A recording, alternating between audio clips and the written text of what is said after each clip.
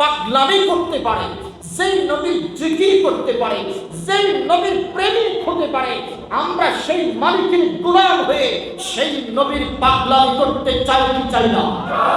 ওই হাত করে বলেন চাই কি চাই না?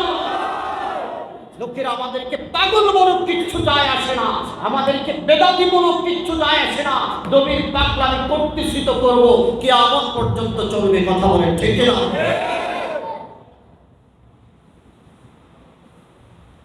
নবীর পাগলামি কইরা ওয়াইস আল কারনি নবীর জুব্বা পাইছে না?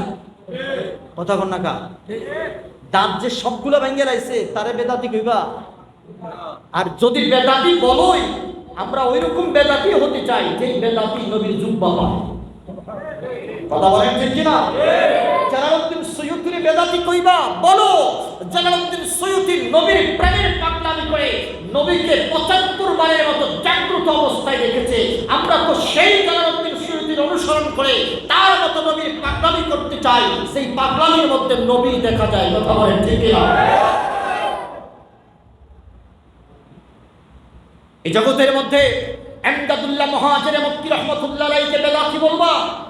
বলো, কিচ্ছু যায় আসে না। আমরা সেই এমদাদুল্লাহ মুহাজির মক্কি রহমাতুল্লাহ আলাইহির মতো পাগলামি করে বলতে চাই, আওয়ার কিয়াম মে লুৎফ লাজ্জাত পাতা হো, নবীর মিলাদ করি, নবীর মিলাদে কিয়াম করি, কিয়াম করলে আমাদের অন্তরে শান্তি পাই, আমরা মজা পাই।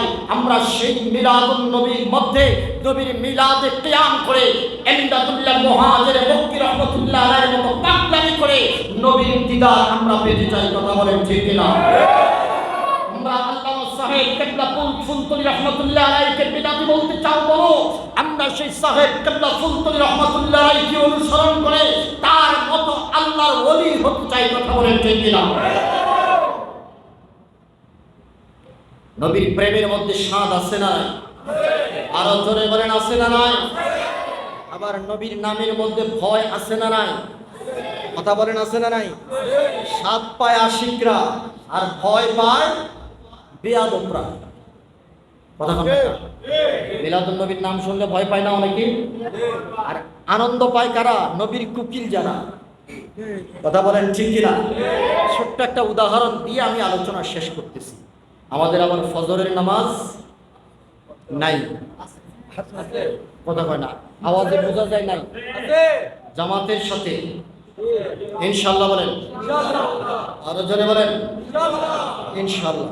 আমি এই কথাটা বলে নবীর মিলাদের উপরে কয়েকটা হাদিস বলে আলোচনা শেষ করব ইনশাআল্লাহ। বখতে নসরের নাম শুনছেন আপনারা? পৃথিবীতে 4 জন অত্যাচারী শাসক ছিলেন, তার মধ্যে বখতে নসর একজন। বখতে নসর একদিন স্বপ্নে দেখলেন যে ভয়ঙ্কর এক স্বপ্ন দেখে তিনি ভয় পেয়ে গেলেন। এখন সকালবেলা ঘুম থেকে সব উজির নাজির রাজা প্রজা যা আছে সবাইকে ডাকলেন। ডাকার পরে এইভাবে কাঁপতেছে। কি হলো? যে আমি গত রাতে একটা স্বপ্ন দেখছি, স্বপ্নটা দেখার পরে আমার ঘুম ভেঙে গেছে, সারা রাত আর ঘুমাইতে পারিনি। হযরত দানিয়ার আলাইহিস সালাতু ওয়াস সালামের জামানায় আমার নবী তখনও পৃথিবীতে আসেন নাই। হযরত দানিয়ার আলাইহিস সালাতু ওয়াস সালাম তখন পৃথিবীতে কালিমার দাওয়াত দিচ্ছেন। সুবহানাল্লাহ বলেন। সবাই বখতে নসরকে বলল, অত্যাচারী শাসক ছিল, বলল যে রাজা মশাই আপনি কি দেখলেন যার কারণে এত ভয় পাইলেন? কই যে কি যে দেখছি এটাই তো জানি না, আমার মনে নাই, আমি ভুলে গেছি। তো যে এখন কি করবো? সব জ্ঞানী সাধক যারা আছেন, ডাক্তার কবিরাজ সবাইকে ডাকো। ডাকছে, ডাকার পরে বলতেছে যে আমি স্বপ্নে দেখছি, আমি এখন ভয় পাচ্ছি। তোমাদেরকে ডাকলাম এই জন্য যে আমার এই স্বপ্নের ব্যাখ্যা তোমাদেরকে বলতে হবে। সবাই বললো যে ঠিক আছে আপনি স্বপ্নটা বলেন।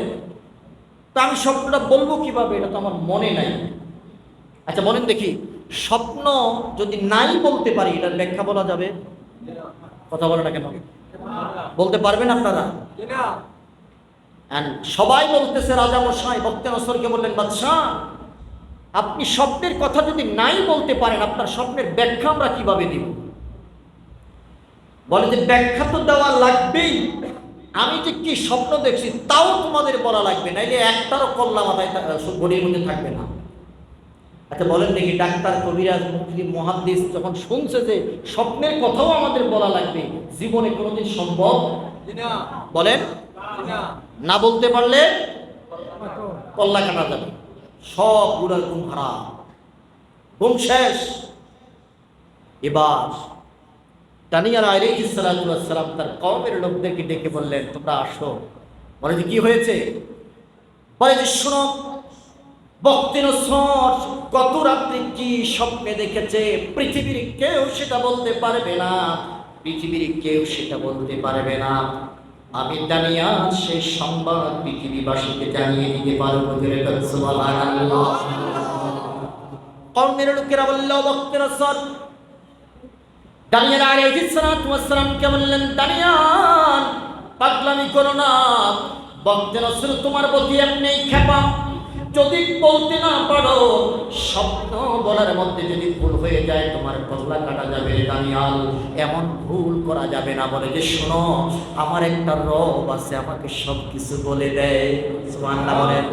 ইন্নালি রাব্বা ইউখবিরুনি বিমা শিতু মিন হাজাতি, আমার একজন রব আছে, আমার একজন মালিক আছে, আমি যা প্রয়োজন মনে করি আমার রব আমাকে জানাইয়া দেয়। সুতরাং তোমরা ভয় করো না, আমাকে বক্তে রসুলের দরবারে নিয়ে যাও, আমি বক্তে রসুলের স্বপ্নের কথা সব বলে দিব। জোরে বলেন সুবহানাল্লাহ। বক্তে রসুল যখন শুনতে পাইল হযরত দানিয়াল তার ব্যাখ্যার কথা বলে দিবে, তার স্বপ্নের কথা বলে দিবে, বলে বক্তে রসুল হযরত দানিয়ালকে ডাক দিলেন। আসলো, আসার পরে ডাক দিয়ে বলতেছে, কি চাও? বলে যে শোনো, আমি তোমার দরবারে মাথা নত করে ঢুকতে পারবো না, আমি মাথা উঁচু করে ঢুকবো, মাথা নত করবো একমাত্র আমার রবের কাছে। জোরে বলেন সুবহানাল্লাহ। বলেন মাথা নত করতে হবে কার সামনে? আল্লাহ। জোরে বলেন কার সামনে? আল্লাহ। কোন মানুষকে সিজদা করা যাবে না। জোরে বলেন কোন মানুষকে সিজদা করা যাবে না। কোন কবরকে সিজদা দেওয়া যাবে না। সিজদার মালিক কে? আল্লাহ। আল্লাহ। যেই মাজারের মধ্যে সিজদা হয়, যেই পীরের পায়ের মধ্যে সিজদা হয়, ওই পীরকে আগে শায়েস্তা করো, ওই পীরকে আগে শায়েস্তা করো, সঠিক পথে দাওয়াত দিয়ে নিয়ে আসো। যদি দাওয়াত গ্রহণ না করে তাহলে তার পাছার মধ্যে লাগাও। কথা বলে আগে তাকে দাওয়াত দাও, তাকে বুঝাও। যদি বুঝি আলহামদুলিল্লাহ, মারামারিতে যেও না। যদি না বুঝে তার পাছা লাল করে দাও। এবারে যেই মাজারের মধ্যে সিজদা হয়ে যারা সিজদা করে তাদেরকে বুঝাও, খবরদার মাজার ভাঙতে যাইও না। আল্লাহর ওলিদের সাথে বেয়াদবি করলে আল্লাহ সহ্য করবে না। কথা কোন ঠিক না? মাজার কি দোষ করেছে? এ দুনিয়ার মুসলমান, মাজারের মধ্যে যিনি শুয়ে আছেন তিনি আল্লাহ, আল্লাহর বন্ধু। আল্লাহর বন্ধুর সাথে বিয়াদবি করলে আল্লাহ যুদ্ধ ঘোষণা করে। আল্লাহু আকবার বলে। মাজার ভাঙতে যায়ও না। যারা মাজারে সিজদা দেয় তাদেরকে শায়েস্তা করো, তাদেরকে বুঝাও। যদি বুঝ মানে আলহামদুলিল্লাহ, আমরা মুসলমান ভাই ভাই, আমাদের কাউকে কারো উপরে আঘাত করার প্রয়োজন নাই। যদি দাওয়াত না মানে, বুঝতে যদি চেষ্টা না করে, যারা সিজদা দেয় তাদের পাছার মধ্যে বেতের বাড়ি দিতে হবে। কথা কোন ঠিক না? খবরদার মাজার ভাঙার চেষ্টা করবেন না, এই দুঃসাহসিকতার পরিচয় দিবেন না। তবে যদি এরকম দুঃসাহসিকতা দেখা, আল্লাহর পক্ষ থেকে গজব আছে না নাই? আর জোরে বলেন আছে না নাই? যদি মাজারের উপরে যদি হাত দাও, মাজারের উপরে যদি আঘাত করো, আল্লাহর গজবের অপেক্ষা করো। আর আমরা আল্লাহর গোলাম, আল্লাহর বন্ধুদেরকে মহব্বত করে বলতে চাই, সেই মাজারের উপরে হাত দিবে, হক্কারি কোন আল্লাহ বলে মাজারের উপরে আঘাত করলে সেই হাত ভেঙে পড়িয়ে দেওয়া হবে।